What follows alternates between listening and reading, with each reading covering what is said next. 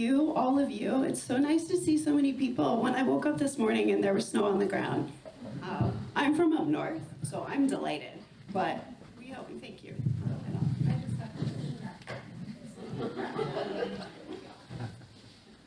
But I assumed, because it's Arkansas, that about half of you wouldn't be here because of the weather. So thank you so much for showing up on a snowy day.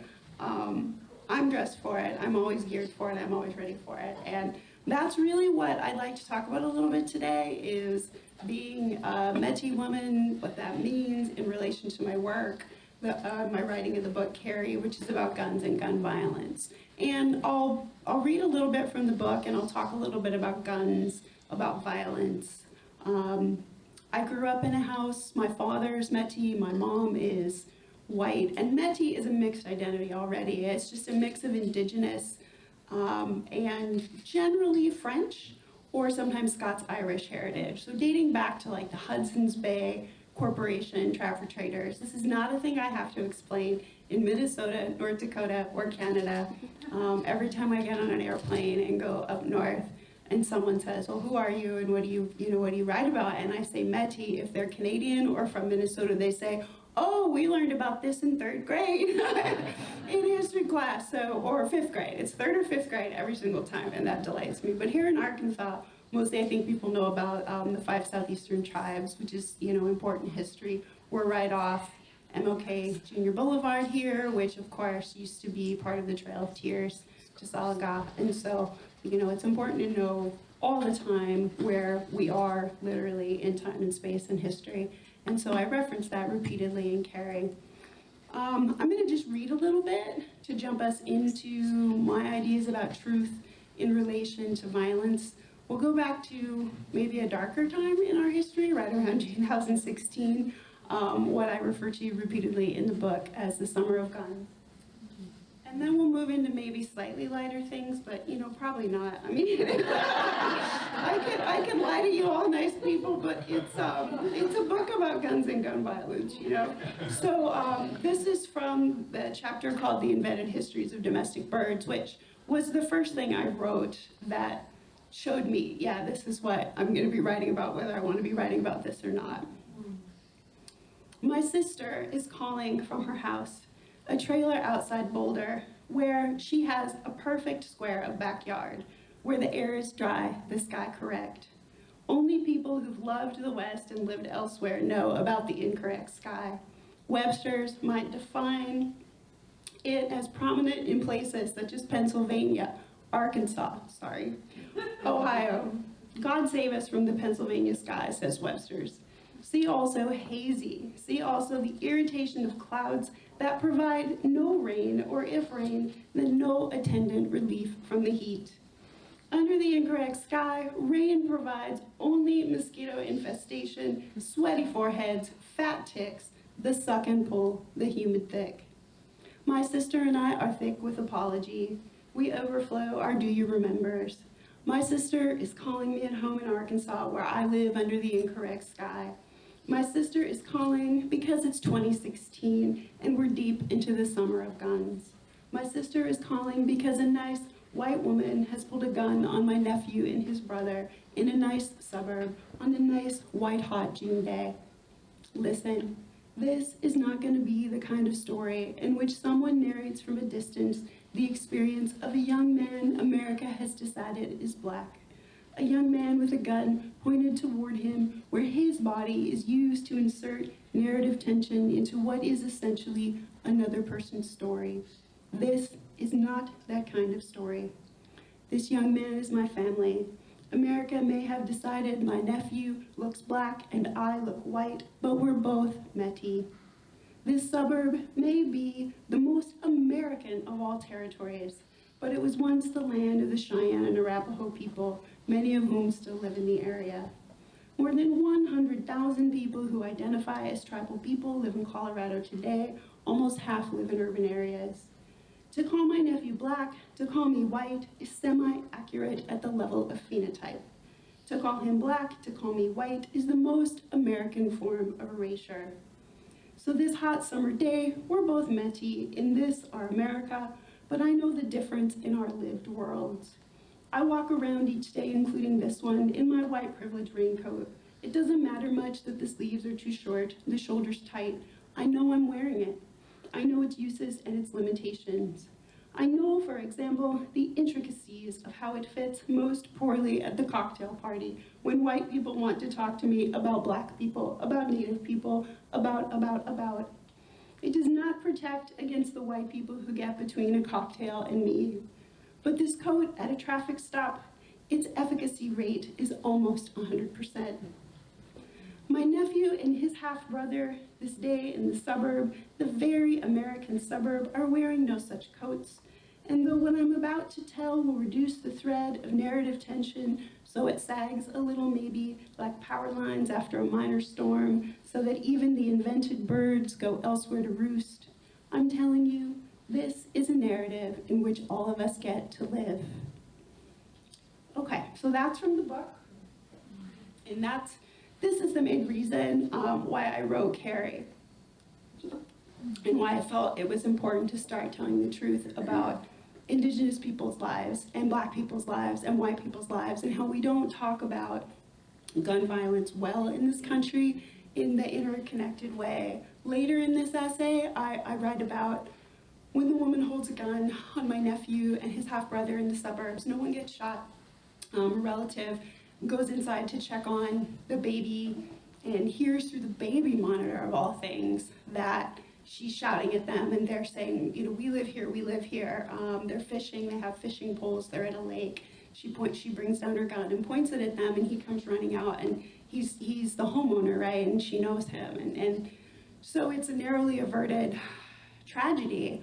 But there's still that resonance, right, with those young men, and there's still that resonance within my sister, within me, within the whole family, you know, of what might have happened. And so I set out to write Carrie because I kept thinking, would that have been, I mean, after all the other thoughts that you all can imagine, you know, my clinical researcher brain kicks in, and I think, if something had happened, is this a domestic incident? Is this a domestic violence bullet? Is this a hate crime?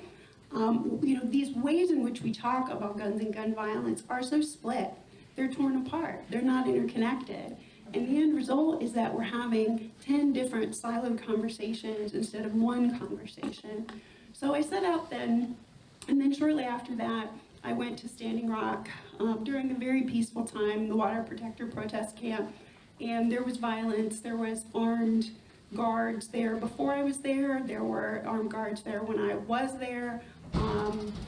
Such a plethora of security forces, G4S, private security for the pipeline, Morton County, North Dakota County Sheriff's Department, local law enforcement from Williston and some of the nearby towns, reservation police were there rarely, but were there some. Army veterans from all over the country coming there to help support the water protectors, right? And I was there, not in any hero sort of capacity. I sorted donation clothing and worked with my meager cooking skills, chopping vegetables and things like that for soup. I walked the children over to the camp school and back, you know, that kind of a thing. And so I was there during a peaceful time, but I was in between when G4S turned rubber bullets on unarmed protesters and when they turned water hoses or cannons on elderly people right before Thanksgiving. And so this time of year always brings that news back. That kind of violence happened shortly after this violence, and also shortly in proximity to the shooting at Pulse nightclub. And I taught in Orlando before I came here, and I love that city and I love that community, and my students would go to Pulse after workshop. And a good many of my students were from Orlando and still live there. So that time was, I started a document in my computer called Waiting for the List of Names, because I was literally waiting, you know, to see. I don't know if many of you all recall that one. There are so many, you know, with any precision, but we waited a really long time because there were so many people involved. And so someone would mark themselves safe on social media, someone would answer my text, but, you know, it was days of waiting. And so I thought, all these things are happening in proximity, then the election, this is most certainly, you know, the material, whether I want it to be or not. So the truth for me about writing this book and going out across the South in particular, but across the country, and talking about my experiences in my family. I grew up in a gun culture family. My dad passed away this past year, but before that we would joke that he had an arsenal. I mean, many guns. He was a collector. Historic guns, beautiful, inlaid pearl handled guns, no ARs, but certainly there are people in our family who have guns like that. My uncle was in law enforcement. My other uncle was in the military. You couldn't convince any of them to drop their NRA membership if you tried. And they're indigenous men. And that's complicated. And so the nature of how all these things are interconnected and also complicated is what led me to researching guns and gun violence.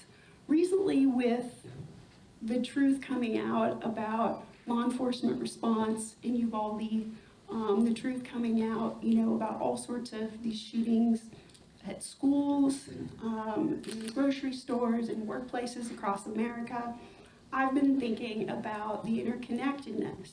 And I researched this heavily when writing Carrie, and I wanted to get to an answer that was more complex and layered and nuanced than just our gun laws aren't working, and that if we have unfettered access to guns, we will always have this sort of gun violence. There's so much good research being done, for example, about contagion theory in relation to mass shootings. And so I researched the heck out of that. And I was doing that literally the night that police officer Stephen Carr was shot here in Fayetteville. And my daughter was with friends down on the square. One of my closest friends, a new colleague, was at a birthday gathering, and they all heard the shots. They're all right there. And I'm researching contagion theory, which is just, and I'm thinking, well, am I part of this now? Am I part of the contagion? I'm doing all this research, and now this is happening, right here in my own town. But the answer is, of course, that that's precious and absurd both, that this is just part of the reality of everyone. In America, we all have these stories, we all have this history. And so contagion theory is just a theory that if you name someone and put their face out there in the media who's done a mass shooting, there will be copycats, which is most certainly sometimes true. This theory came into fashion in relation to gun violence, in particular mass violence, after the shooting at Columbine so many years ago. And there were a good many attempted copycat shootings after that one that we don't even ever hear about because police, handled them. And so, yes, there are copycats, but the idea that contagion theory, that if we don't name the shooters, this was a popular theory in like 2018 and 19 and even early into 2020, that if we don't name them, then we'll have less shootings. That's not been proven true. We had more gun violence in 2020 than any year on record since 1974. And back in 1974, statistics were gathered, but they were gathered also in relation to bombings or explosions. So they didn't separate back then. So it's possible that 2020 was actually the most violent gun-wise year we've had in our country. And this is after, purportedly not publicizing the names of people who commit mass shootings. So it's important to think about, to look for the truth when something seems obvious. It seems obvious that not naming the shooters is good until you do a lot of newspaper research, which is what I did, and you discover that newspapers follow that policy for white shooters, which is the majority of mass shooters, by the way, statistically speaking, but they do not follow it for non-white shooters. The end, full stop. And I wanted it to be different. I cleared my head of preconceived notions. I have gun folks in my family. Some of them are, my favorite uncle, who passed away right before my father, had guns his whole life. And there was no talking him out of it. He was a reasonable, well-read, well-thought, lovely man who could tell a better story than I could times 400, and there was no reasoning him out of it.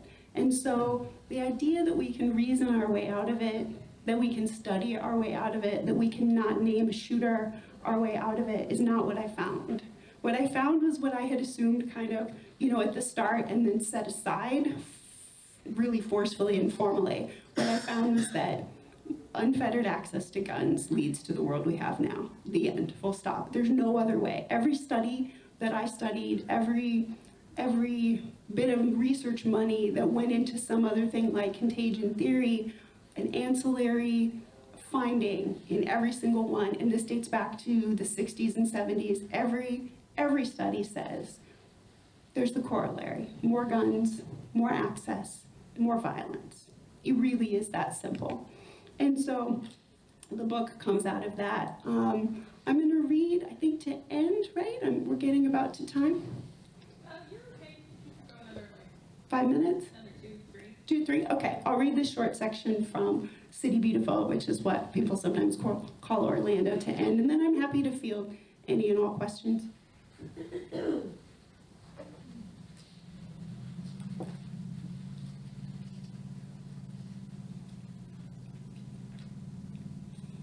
That summer, as the news confirms, this is about the shooting in Orlando, the name and some history about the shooter, I'm planning a trip to Standing Rock, to the Dakota Access Pipeline, to the water protector camps.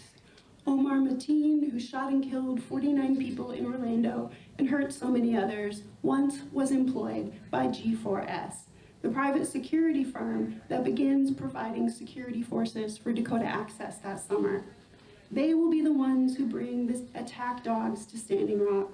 Mateen was employed by G4S in 2007 and spent time each year of employment going through their weapons training. On June 12, 2016, as peaceful water protectors were making camp at Standing Rock, Omar Mateen took his training, took his body, took his guns to Pulse nightclub in Orlando and shot and killed 49 people and wounded 53 others. I keep repeating the numbers because they stagger me. Orlando is sometimes called the City Beautiful, and I sometimes have called it my city. Pulse is the nightclub where my students went to drink, to dance, where they converged after workshop. I don't know where to put these connections.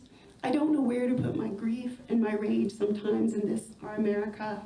Sometimes I think of the rage and grief like a road through traffic, and there's nowhere to turn off and there's nowhere to park. In the days after the shooting in Orlando, I can't stop thinking about the neighborhood that houses Pulse, how it is mostly a driving neighborhood, not a walking one, meaning most of those there that night would have driven their cars, meaning it's possible nearly 100 family members and friends had to drive there in the days following the shooting to collect the cars of the dead and the wounded. How do you enter that car? How do you collect yourself for that drive home? How do you make your knees fold like they're meant to, or your hands hold the keys? What I want for everyone there is to have the will to do this everyday regular act under these terrible, irregular circumstances. What I want is for everyone all across this, our America, to say no more. To say this will be the last time anyone will have to make a drive like this. To say this will be the last time anyone will have to feel the weight of holding those keys. Thanks.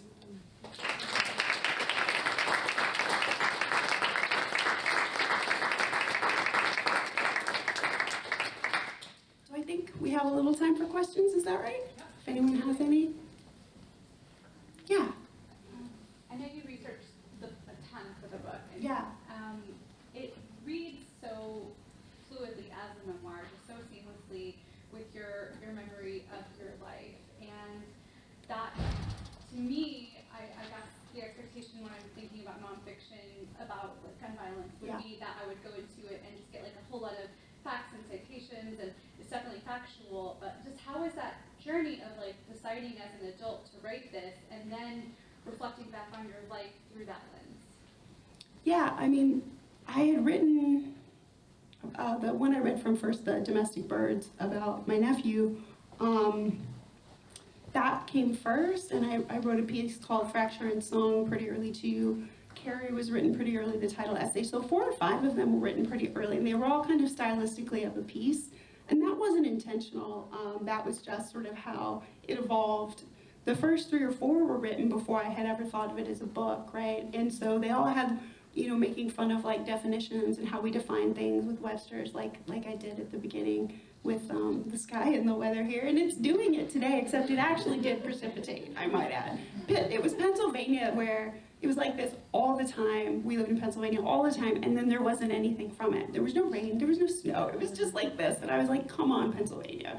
I grew up up north, I like a lot of snow, what is this?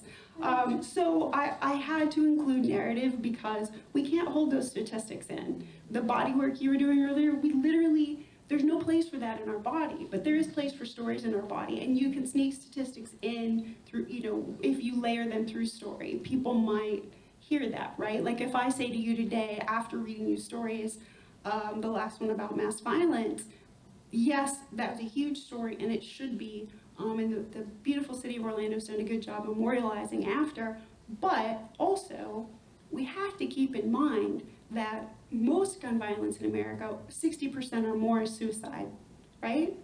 And access to guns, most suicides are successful suicide attempts, are committed by guns. And so once you know that, how can you not then advocate, right? Like once you hear a story, mass violence is less than 1% of our total gun violence, statistically, generally, year by year. That's the average. And that's if you define it as 4 or more people being shot in one incident. So anyway, so that's how. I like the wonky side a lot. I have lots of statistics throughout the book, but I think you have to hang them on the frame of a story for people to pull them in and keep them. Yeah. I'm in the process of reading this. Yeah. I read it a couple of weeks ago. When did you first come to grips with the notion that you are a writer? I mean, in your soul, when did you realize that's your path? I was pretty young. I like to sing and I like to write, but I'm not super into singing for other people. I can do it. I did it a lot through my 20s. That was part of how I got through school and part of how I made my living. So I was in theater and music, and then I was working as a student journalist in undergrad, and I can imagine, those of you who are in theater know what a long life, what a wonderful life and a long day it is. That's what I meant to say, not a long life. What a wonderful life and a long day. You start early and you end late. And journalism is similar, and so I had a real conundrum coming out of my undergrad experience studying those things. I loved both of them, but I thought, is there another choice, right? Like, could I write, and could I study writing, and could I teach writing? Because teaching provides the steady income and the structure. And I did well enough in my public speaking classes in undergrad. I hope they don't still do this. It's kind of horrifying to me now as an adult. But I was like a sophomore or junior in college, and I was the TA for a public speaking class. And I was like, I don't know how that even worked. It seems like that should be illegal. but it was great, and I really enjoyed teaching. And so from there, and I was so enjoying writing. And so from there, I did my master's. I stayed in South Dakota, did my master's there, and then took time off and taught and wrote and did other things and went back and got a PhD eventually. But I think the teaching and writing life, that was the moment, teaching that public speaking class. And just the burnout, like, I was a reporter, if there was a car wreck in the middle of the night or gun violence or like a rape trial, I covered all that sort of thing. And the one that undid me is in the book. And I just thought, I can't do that full time. I can't respond to crisis full time. And when you're a writer, like the kind of writing I do now, you can respond to crisis, but on your own time, on your own schedule a little more. You don't have, it's not call and response like journalism is. Yeah. So that was a really beautiful and light and airy question. I'm gonna go dark. You said 2020 was the most violent gun year since 1974, which is not surprising, sadly. Do you foresee that continuing to increase like year over year after 2020, or do you think it's going to be more politically charged, or any history that you came across that would lead to us being able to kind of foresee that again? Yeah, I think that's a good question. There is some hope with Chris Murphy and others like him, Legislator Chris Murphy, being able to pass, the smallest, like it's not even a baby step, it's like a baby toe across, into a corner of a tile on a floor, kind of. But that's more than we could do for a long, long time. And I'm old enough that I remember, legislation going back, things that were passed in a bipartisan way. Republicans supported it, the way that the kids from Parkland, David Hogg and his sister Lauren and the rest of them have taken on the NRA and destabilized it offers so much hope. I was on a guns panel conversation with David and with Chris Murphy and other folks, and the energy, they're tired, but the energy that they still have, and they get up every day, because Chris Murphy's in the Sandy Hook district, right, and he had just taken office, or was about to when that shooting happened, and so, we just need, I think, more people like that, more people who will continue this, who after the occasion didn't just rise up and say, I'm going to write about this, I'm gonna think about it, which they've both done. They both published really good books on their experiences, but this now is their life's work. And David's so young and he's trying to set it down, but it's something that we need maybe 50, 60, 80, 100 of them, and we need them to be funded. We need them to have all the funding in the world, and I think we need, in the same way that there are lobbyists for, alcohol and big tobacco and the gun lobby and everything else, we need the anti-gun lobby, and we need them to be everywhere. So it's a matter of, and will that happen? I can't say. I would love for it to happen. I do think, because in my lifetime it's been different, but I think it's possible, in my lifetime it will be different again. We're about to move into a time of environmental crisis that's unprecedented, and so surely, we won't want to have that, plus pandemics, plus mass shootings, right? Think of nurses, think of doctors, right? Think of healthcare professionals and school teachers and all the people who deal with this in a very frontline sort of way. And so I do have a measure of hope, but it's mainly because of Chris and David and a handful of other folks that I have that kind of hope.